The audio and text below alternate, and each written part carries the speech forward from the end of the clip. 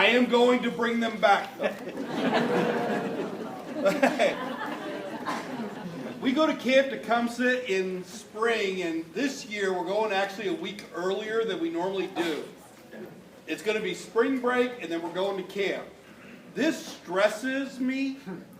It stresses my other person who does all the scheduling of people, that's Mr. Brobiak, because that means that instead of having spring break to get all the assignments done, we have to have it done before spring break, which we spend a lot of time on that. And that I'll just lead into that. Just so you know, for those of you that have raised great kids, it pays off for them at camp. We say the choices you make all school year shapes your life at camp. Our great kids surprisingly find themselves surrounded by the people they asked to be surrounded with the entire camp experience. I know it wouldn't happen to you, but if your child is not that, that experience will be much different. I'll just leave it there. Okay, where are we? We go up to Brookston. I didn't know where that was when I first got here. Then my teaching partner said it's up near Purdue. I didn't know where that was either.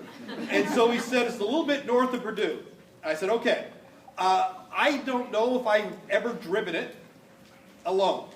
And I've gone for 21 years. All right, we are outdoor experience. And you guys know because your children have lived the effects of the change in school. Because gone are all those field trips we used to take. When I first got here, they went to Key Largo at the intermediate school. They still did the Chicago trips and all this kind of stuff. There's one lone survivor. It's this one. Why? Because we integrated the curriculum. We are a science and math-based program. We have worked incredibly hard to improve the science. As a matter of fact, we brought on a pure science nerd, a teacher, who has worked in something she tried to explain to me last year. I smiled, I nodded, I still don't know what it means, but we're putting it in. Because it's longitudinal in its nature, and it involves the kids getting dirty, so I immediately liked it. All I heard was they might get dirty and crawl around in the woods, and I was all good with that. But it is, by and large, it's outdoor experience. Now notice that it looks wet and it looks cold. Because it was wet and it was cold. It's outdoor experience. It's not 72 degrees and sunny experience. We go out. We have gone out in snow. We go out. Lightning? No. The 2 times we've had tornadoes? No. Rest of the time, yes. Except when we got 6 inches of rain in 1 hour. This is our breakdown of what we do. My favorite on this list is PE. We square dance. I have veteran parents who are sitting near me who know. Some of you that don't have this experience, you go, my child is going to hate that. But they know my child is going to love that. And they'll be mad when it's done. Why? I have 100 high school students who serve as counselors that all they cannot wait to do is square dance. Seeing a 6'5", 260-pound offensive lineman square dancing is a treat. Joe Wrights, who plays for the Colts, square dance. 3 years as a counselor, it was his favorite thing. He was terrible at it. But he was enthusiastic. Well, with junior high kids who are searching for someone to model after, when they decide that it's okay for these high school kids to do this, they just do it. We don't have kids that sit out there mad when it ends. Now, if you come up with us, which I'm going to want you to do, you get the square dance too. Because I square dance and I'm not sweating alone. All right, speaking of counselors, it is easier to get into Harvard than it is to be a counselor for us. They have to interview. We make it hard for them to interview. They have to request an appointment. We have scheduled slot times. When we run out of slot times, we run out of chances to be a counselor. Last year, 120. We took 38. And we had to stretch through that because we couldn't make the cut. I only needed, what did we need, 30? If that. If that. But we couldn't cut the last 8, so we took them. You know? But it is difficult to be a counselor, and we hold them accountable. These kids are role models, and they're not all the same kid. My counselors, they're much different children from each other. They're actually entertaining when I look in the room and go, wow, that's a collection of kids. The thing that they do is our first test always is we have to trust them. If we don't trust them, they don't go with us. I have cut the senior class president before because I didn't trust him. They are a little weird. They, by tradition, like to theme their groups. Is that Pruitt? That's Pruitt. Is that what he wore? Yep. That's underwear. He's wearing underwear. Don't worry, he bought everyone else underwear too. And he put their name on it. The year after that, they wore the underwear on their head. But anyway, these kids are led. That girl right there was my first student of the year. She's now a charge nurse down at Community North. These kids lead. They lead every lesson. We train them. They lead every lesson. It is a real joy, actually, to watch them do that. These kids are amazing to watch. They lead. We started, and I don't know why we didn't think of this earlier. We started creating double groups where there are 2 counselors and about 8, 10 kids. Man, that was so brilliant. Now, we thought about that only 2 years ago. And I've been doing this for 20 years. I hold myself accountable. The supplemental activities, now, you know, math and science is fun. But what they remember is, matter of fact, a couple of them just jumped up and down in the back over there. We turn this into a science lesson. We fly tissue paper balloons that we heat up with a barn heater. There's flame. Last year, one of my co-directors set a tissue paper balloon on fire. It was going towards the parking lot. He boo-boo burnt some hair off his finger. He did not chase the balloon. It hurt. I chased the balloon. I'm nearly 60. It took me a while to get there. When I got there, the balloon was on top of the director of Camp Tecumseh's truck. On fire. I told him not to set any more balloons on fire. There is a picture that a counselor sent to me that I will use later of him chasing another balloon on fire. Going towards the tennis courts with their $420 nets. It was windy. But I will tell you, going back to balloons, Serge is trying to rush me, but I will not be controlled. If you come to camp, I guarantee the one thing you'll see your kid be a child for the last time. They chase the tissue paper balloon, waving their arms underneath it, because we have convinced them that they will create air currents to keep the balloon in the air. I had them chase this balloon for like a mile. And when they're running, chasing the balloon, they do not care what anyone else thinks. They are waving, normally the things that they should not be waving, like my folders that somebody lets them carry. And they wave these things underneath the balloon, just running across the field together with everyone in their group. I love that. Then they have to do all the math. I'm an old man. I don't do this one anymore. We turn this into a lesson. We allow them to get onto a sled and slide them down a big tube. If we like the kids a lot, I like to take them and throw them down the tube. But we turn that into a measurement about velocity and all that kind of stuff. We let them canoe. If you love your child and want to blackmail them, like all good parents, you can go out there and film them on canoeing. Because unless you have raised a scout, it's comical to watch. They will paddle in opposite directions from each other and wonder why they're not going anywhere. they'll yell at each other. There's problem solving. Also, if you get a real treat, we have a former student of ours who was a SWAT team member up at Fort Wayne. In 7th grade, he was 6'2" and 260. His best friend was 2'5" and 38 pounds. They have to go get a water sample, so one of them has to lean over in the canoe. The 2'5" kid was not the one that was selected to lean over the canoe. Let's just say the canoe was airborne. We let them climb the rock wall. It's not rock, it's wood, but we say rock wall, don't correct me. And anyway, and so they climb this. It's one of my favorite things to do. We just want the kid to take one step up. And we encourage them to do that. The counselors encourage, camp staff will encourage. We put a rope on them. Not all of them, but most of them. But we try to convince them to take a shot at climbing. If we get them to climb one step, and sometimes we get them to climb two, they find that they'll just keep climbing. Those are Broviac's kids, by the way. This is us square dancing. I love this picture, and do you guys see why I love this picture? There's got to be one nonconformist.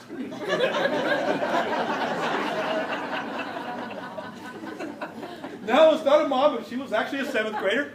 But she decided that yelling at me on the stage was not going to happen. I took it as an act of rebellion, but it's my favorite picture. Oh. That's me on the ground. That is my student of the year who threw me viciously onto the ground. We were dozy-doing. That's Sturgeon who's back there. He is the kind person. We do skits. We practice for literally seconds on this. They are high quality skits. I'm sorry. They're interesting. If you are a scout, you will recognize some of them. These skits have not changed in 26 years, 30 years probably. If they ever went out of order, we literally would have a spasm. And I don't really know the order, I just enjoy them. The kids talk about that. Okay, this is why I talk to you. We have 28 cabins. And this year, because somehow our team ended up with 2 sets of triplets and 4 sets of twins, your children are belonging to a bubble class. Your children are bigger than the class that comes before them and after them. Which means Broviac and I are not quite sure how we're going to fit them all in. But the one thing I need a parent in every cabin. Now, I highly recommend that you tell your boss that it's going to be laborious. But I'm going to tell you, you do nothing. During the day, you can go take a walk, you can search for flowers, you can hang out in the fireplace room, they have big time Wi-Fi, you can stare at the elk staring back at you, you can work, you can go to town, you can go out to the German restaurant. I don't know, you can go out there and hijack cars as long as you're back in time enough to sleep in the cabin. You also, I can guarantee you, we have on tap 24-hour coffee. You will know because I walk around with my coffee cup the entire time. And it's full. We need parents. We need parents to come up and give up 2 nights. You don't have to be there all day. You can roll up at night, leave in the morning, don't care. I need parents to supervise cabins because without you, there's no this. The kids don't want me in the cabin. I snore. Now, if you snore, I don't care. Just go to sleep first. You largely, I will tell you that I'm totally your responsibilities during the day. Okay, I'm done with that. You literally have no responsibility. Some programs, they want you guys at a certain place at a certain time. Nope. You want to watch your kid, we'll give you the schedule. You go watch your kid rock climb. You can watch them canoe. You can choose not to. You can spy from afar. I don't want you in the group because it intimidates my high school counselors, but literally all I need you to do is be in the cabin. You will enjoy it. I'll even let you ride the horses. You go horse riding. But I need you in the cabins.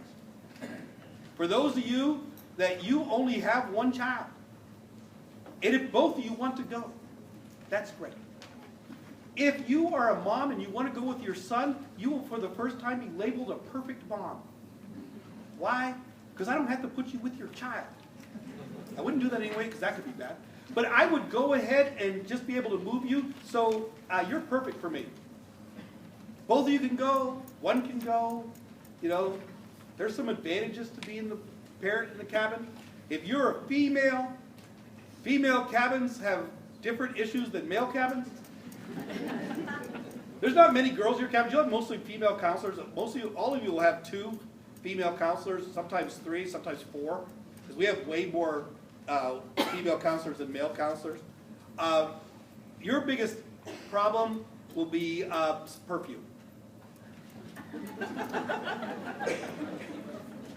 Men, your perfume's of a different sort.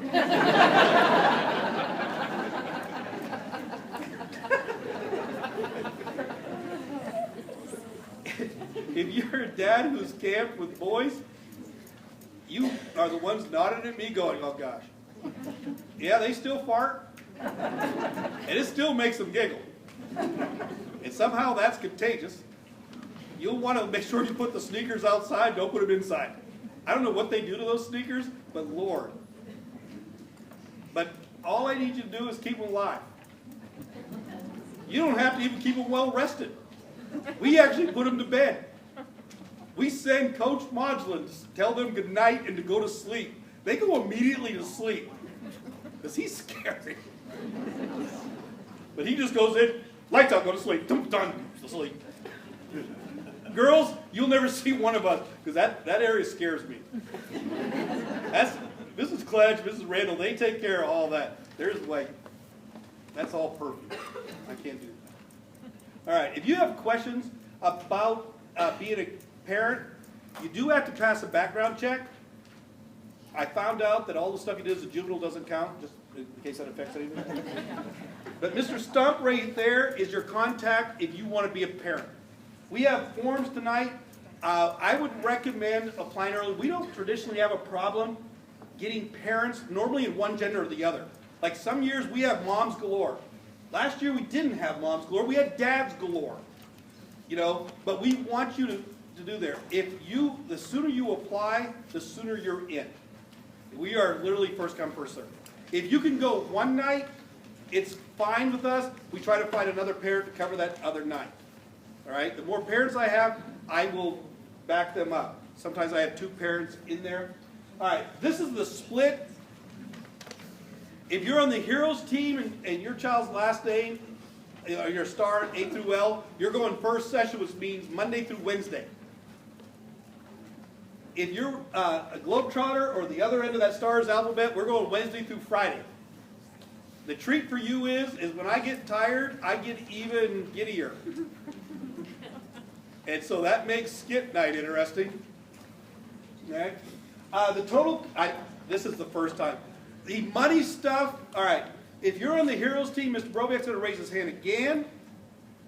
He handles all money on the Heroes team. Mrs. Fletch and Mr. Stump, I don't know which one does it all the time because they seem to both be involved. If your child is a star, Stump.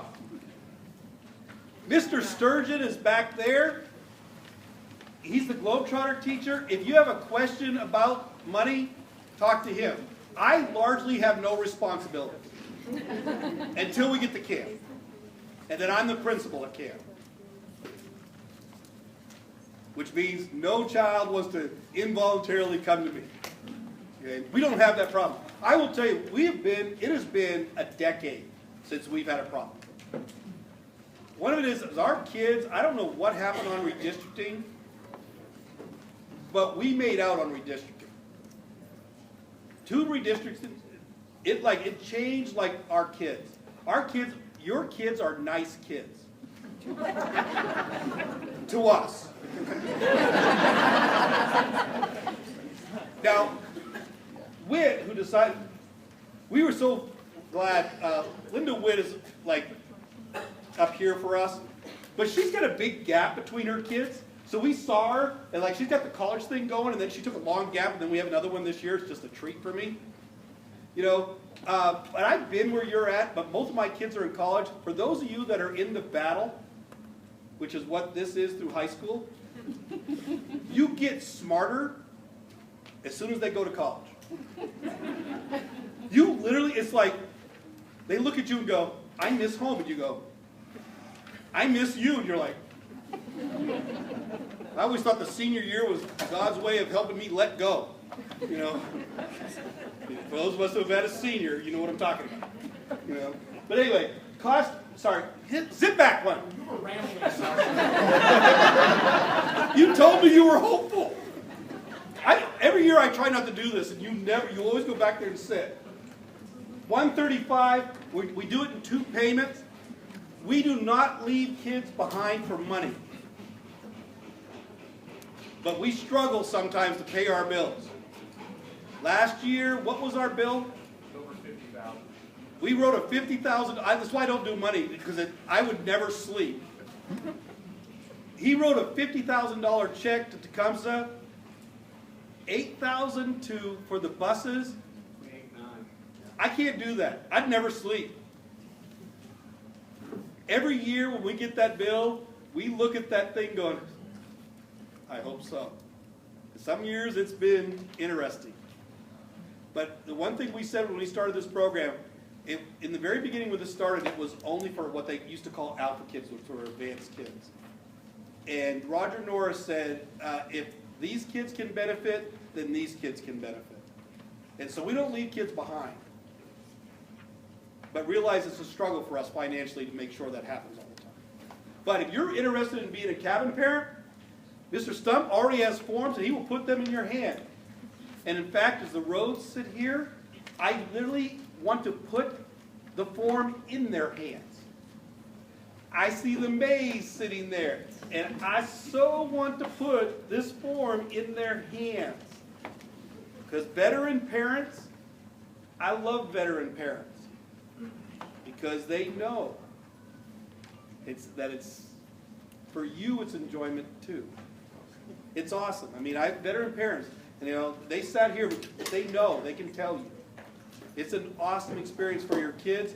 You just watching them square dance is worth the price of admission, and you don't pay anything. Because they can't dance, by the way. There's not a whole lot of dancers out there. Somehow the Virginia reel causes problems. Also, if you are a parent volunteer, you are free. You do not pay. Yeah. So if you're going to go as a parent, your kid has to pay, but you do not have to pay. We don't charge parents to go at all.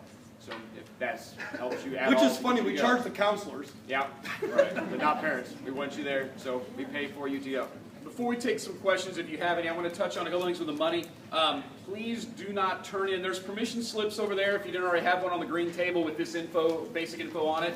Do not turn in a permission slip without making some kind of payment to us. Because that's the way I keep track of that's my first check. If I have a permission slip, then I know you've made some kind of payment. You can pay at any point. I've already had a few parents who have made their full payment, they're done. You can pay a $70 payment, you can give me $20 right now, you can give me $5, you know, whatever, that's fine. But permission slips come in with the first payment, and then we ask for everything to be wrapped up basically before we go on spring break.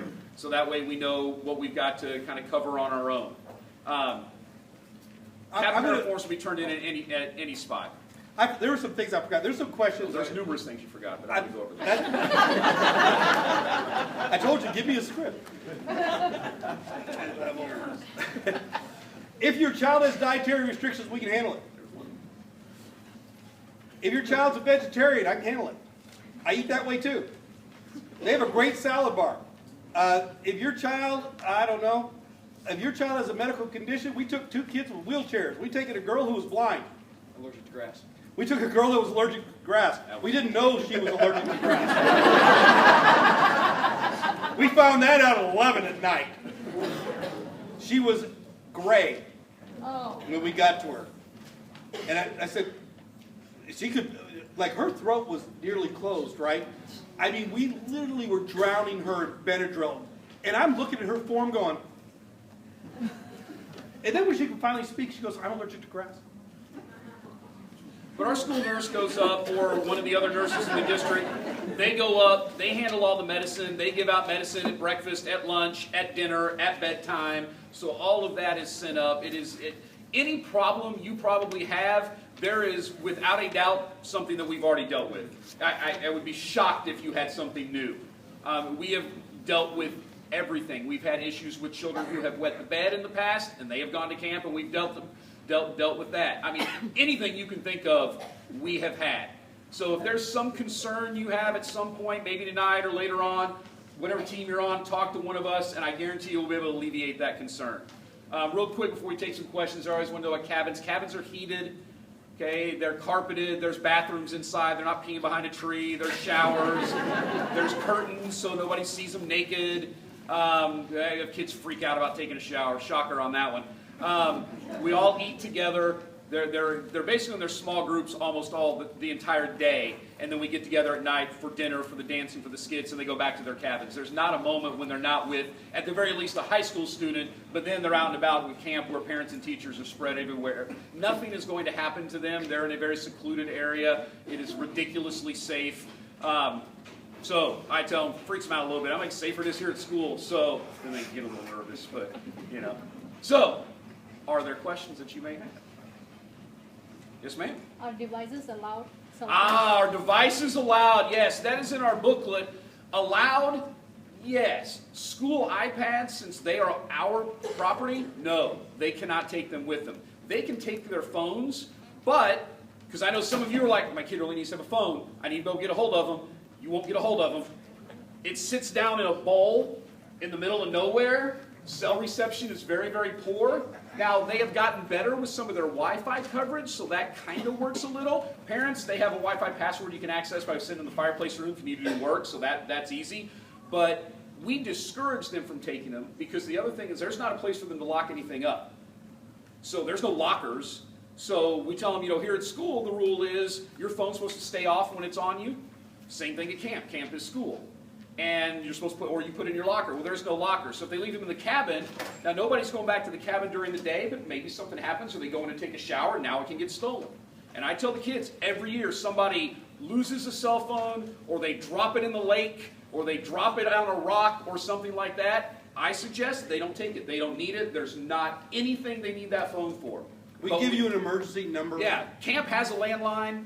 You know, we have contact constantly with the school. I can access my email. So, yeah, and so we have the Wi-Fi that we can get on. So there's nothing to worry about as far as being able to contact your child. And there's just no reason for them to have it. But we don't tell them they can't because we know they're going to bring it anyway. And some kids want to listen to music when they fall asleep if they have head. But okay, that's fine. But if something happens to it, not my fault. I've told them not to bring it. Yes, ma'am?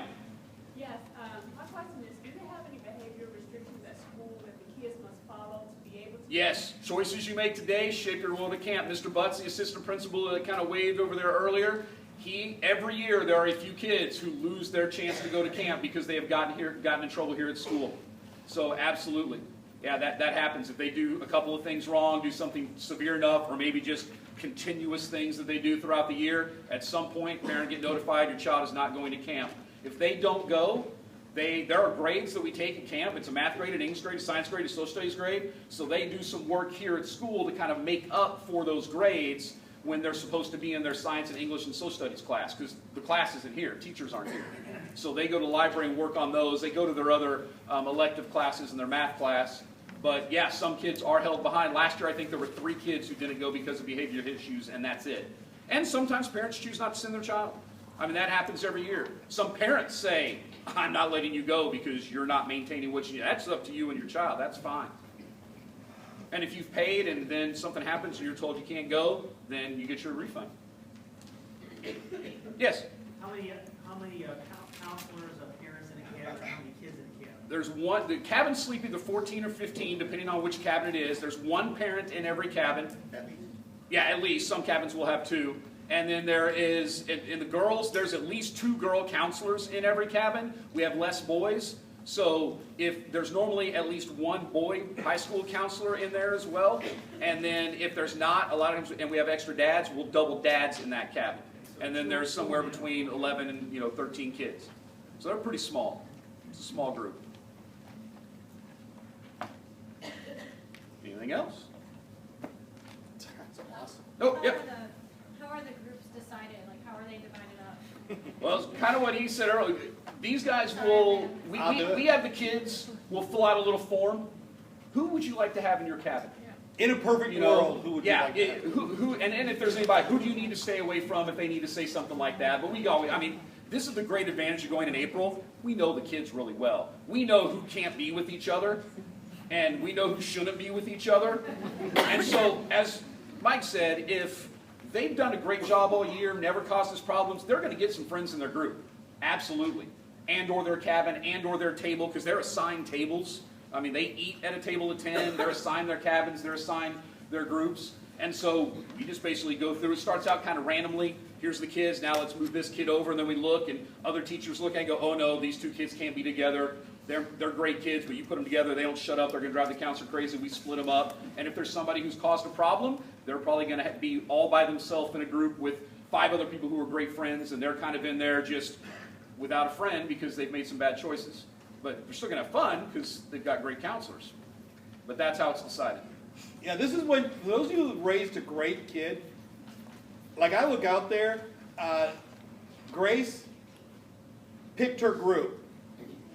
I looked at Grace and went, who do you want to be with? She went, and I put them in their group, in their cabin, on the bus, at their table. That's what being a great kid pays off. If you're a good kid, Robiak and I have the same rule. Good kids need to be rewarded too, just not quite as much. Logistically, it's hard. Because it's really hard. I want them, but they want them and them, and they want them, so, you know. It's 7 degrees of separation. Right. And so, our great kids, those kids who have been exemplary role models in our building, we reward them at camp. We reward our good kids.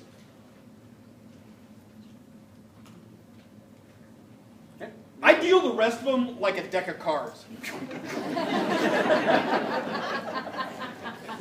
friends that they say need to be inside their team? Yeah, we're not going to pull them off another They team. don't have to. But if they're a star, like if they're a split star, we don't. It makes my database don't care. Yeah. And so no, we don't care about. But they have to be. I mean, they can't because like if they're a Globetrotter hero, we don't go at the same time, so they're not at camp at the same time, so that doesn't work. But the stars are split, so second half of the alphabet will go with us. Parents don't have to leave the school at 9:15 and ride the bus. Yep. We just have to be up there for 9:30? time. Yeah, really, ideally by like 8 or 8:30. Now you can ride the bus. Right. We'll happily And take we'll you have on the some bus. who will ride the bus. And some do, but you don't have to. Yeah. The way home is the quietest bus ride in the world because they are wiped out. Now going up, Oh yeah. but on the buses up, you'll have 10, 12 counselors on some of these buses. My counselors, they take care of all that stuff. I mean, these are literally the who's who at the high school. Yes, ma'am. When can high school kids apply February. for counseling? We interview in February. Sophomores, juniors, and seniors. Yeah, we don't take freshmen because then our pool would become big. Do you advertise it over at HSE? Yes. Well, And in our we own don't way. advertise over at HSE because we just numbers are so heavy, and since a smaller percentage of our students go to HSE, so students that go to HSE that went to Fishers, they know that we interview in February, and so they just, when that hits, we tell them email over, and we'll get you set up for the interviews. We have use kids from social HSE all media over. to hit HSC because the people that came through here that know us, they find out, and that way we only have HSC kids who have a connection to us interviewing. Otherwise, we'd be cutting so many kids. It is painfully difficult.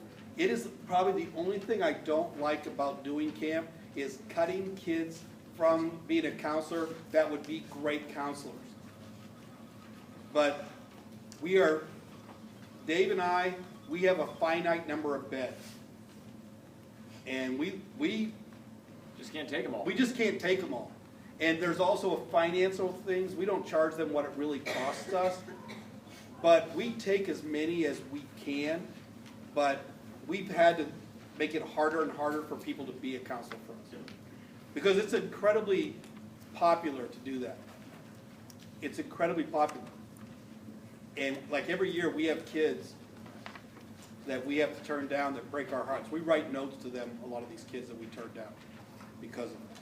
But the only thing that makes us feel better is when we get them all in a room, we see who we hired, and then we're fine. All right, 6:45. All right. Wait. Oh, Mr. Fossil forgot to mention one thing with the Kevin Parent I feel Forum. like this- Besides the background check, you also have to view the anti-bullying video within the last 12 months. So on the form, there's a box to check off that you've had a background check in the last 3 years. If you had one last year, then it would still be good for this year. But you have to watch. You might have to watch the anti-bullying video again. It's on the volunteering parent tab on the HSE website. So there's 2 boxes just to check off that you've done both of those things before you send this form in. Your child can send this in, give it to their team teacher. It'll come to me. They don't have to give it right to me. If you want to bring it in and give it to the front office, they'll put it in my mailbox and I'll end up with it. I'm going to give some of these to Mr. Sturgeon and Mr. Brobiak, and I'll have some too. You're going to see one of us, so you can just grab one if you need one when you get to our rooms, and we'll have them for you. That way you don't have to, run around right here. And he also